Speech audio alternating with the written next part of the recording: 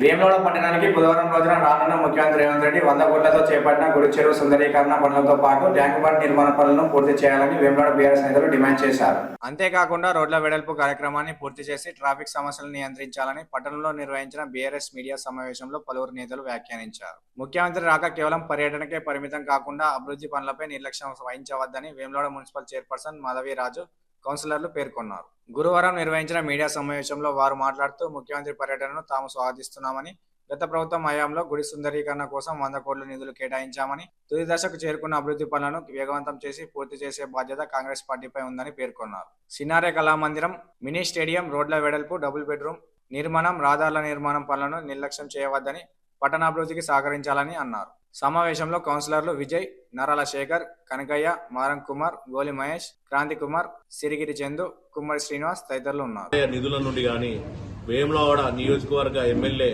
ఆది శ్రీనివాస్ గారు దానిపై వెంటనే స్పందించి మాస్టర్ ప్లాన్ రూపొందించి చేస్తా అని హామీ ఇచ్చినప్పటికీ గడిచినటువంటి 4-5 నెలల నుండి మరి ఇప్పటి వరకు ఎలాంటి పురోగతి లేకుండా దాన్ని నిర్లక్ష్యం చేస్తున్నారనే ఒక మా ఎస్సీ ఎస్టీల ఆవేదన.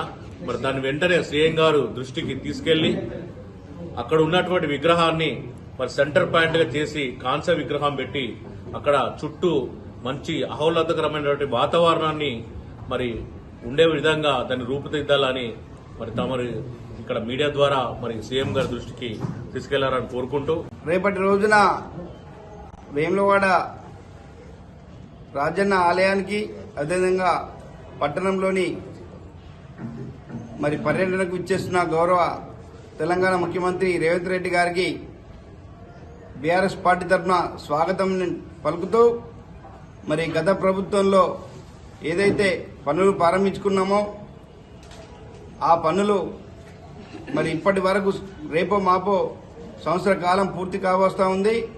మరి వాటిని నిర్లక్ష్యంపై మౌనం వీడి మరి స్థానిక శాసనసభ్యులు కానీ గౌరవ తెలంగాణ ముఖ్యమంత్రి రేవంత్ రెడ్డి గారు కానీ దృష్టి సారించాలని చెప్పి ఈరోజు వేములవాడ మున్సిపల్ గౌరవ చైర్పర్సన్ గారు, కౌన్సిలర్లు, పార్టీ సీనియర్ నాయకులు అందరి ఆధ్వర్యంలో ప్రెస్ మీట్ పెట్టడం జరిగింది. మరీ ముఖ్యంగా మరి జైత్యాల బస్టాండ్లో మరి 20 ఎకరాలలో బస్టాండ్ నిర్మాణం కొరకు ఆనాడు గత ప్రభుత్వం గెజిట్ని విడుదల చేసి యొక్క తెలంగాణలోనే అతిపెద్ద బస్టాండ్ నిర్మాణం కోసం ఆ యొక్క స్థలాన్ని ఆనాటి మున్సిపల్ శాఖ మంత్రి కేటీఆర్ గారి ఆధ్వర్యంలో మరి 6 కోట్ల స్పెషల్ నిధులు కేటాయించి వాటిని పూర్తి చేయడం జరిగింది. అదేవిధంగా మరి రెండోసారి అధికారంలోకి వచ్చిన బీఆర్ఎస్ పార్టీ మరి 20 కోట్ల టీవీఎఫ్డిసి నిధులతోని ప్రతిపాదనలు పంపి ఆ 20 కోట్లు కూడా 90% పనులు కూడా మా యొక్క పాలక వర్గం పూర్తి చేయడం జరిగింది. మరి మిగిలిపోయిన పనులకు కాంట్రాక్టర్లు ఇంతవరకు కూడా రావడం లేదు. గౌరవ ముఖ్యమంత్రి రేవంత్ రెడ్డి గారు మరి ఇక్కడ స్థానిక శాసనసభ్యులు నిధులు కేటాయించే విధంగా మరి చొరవ చూపాలని చెప్పి మేము కోరుతా ఉన్నాం. రేపటి రోజు 20వ తేదీ బుధవారం మరి తెలంగాణ రాష్ట్ర గౌరవ ముఖ్యమంత్రి వర్యులు శ్రీ యనుమల రేవంత్ రెడ్డి గారు దక్షిణ కాశీగా ప్రసిద్ధి చెందినటువంటి వేములవాడ పట్టణానికి రాజరాజేశ్వర స్వామి దర్శనానంతరం పలు అభివృద్ధి కార్యక్రమాలకు శంకుస్థాపనలు, భూమి పూజలు చేయడం జరుగుతుంది. మరి ఈ సందర్భంగా మా వేములవాడ పట్టణ ప్రజల పక్షాన, మున్సిపల్ పాలకవర్గం పక్షాన వారికి మరి సీఎం గారికి స్వాగతం సుస్వాగతం తెలియజేసుకుంటూ, అదేవిధంగా మరి నిన్నటి రోజున మేము పేపర్లో కావచ్చు, మీడియాలో కావచ్చు చూడడం జరిగింది.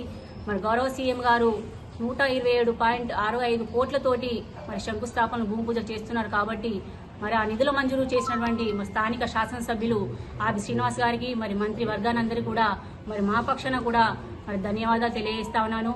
మరి గత మరి అది కూడా రోడ్డుకి ఇరువైపులో కూడా డ్రైనేజ్ పూర్తి కావడం జరిగింది. దానికి కూడా సీసీ రోడ్ నిర్మాణం కోసం కూడా మరి మిగిలిపోయిన దానికోసం కూడా మరి ఈ ప్రభుత్వం కూడా మరి సెంట్రల్ లైటింగ్ కావచ్చు, డివైడర్ కావచ్చు, దానికోసం కూడా మరి ప్రభుత్వం చర్య చేపడాల్సిన అవసరం ఉంది.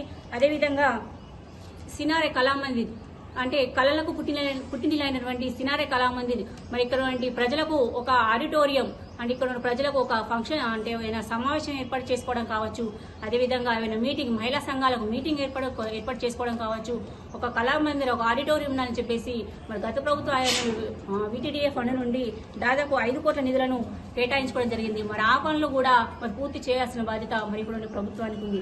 అదేవిధంగా స్టేడియం, మరి ఇక్కడ ఉన్నటువంటి యువత కోసం, క్రీడాకారుల కోసం మరి చాలా సార్లు అప్పుడున్న ప్రభుత్వానికి దృష్టికి తీసుకురావడం వల్ల స్టేడియం కోసం 5 కోట్ల నిధులను కూడా కేటాయించడం జరిగింది. మరి 3 కోట్ల అంటే అయ్యప్ప స్వామి టెంపుల్ ముందు ఉన్న స్టేడియం కోసం 3 కోట్ల వరకు పన్ను జరిగింది. ఇంకా కూడా నిధులు అవసరం ఉన్నాయి కాబట్టి మరి ఆ పనులు కూడా మరి ఇప్పుడున్న ప్రభుత్వం మరి చర్య చేపట్టాల్సిన అవసరం ఉంది.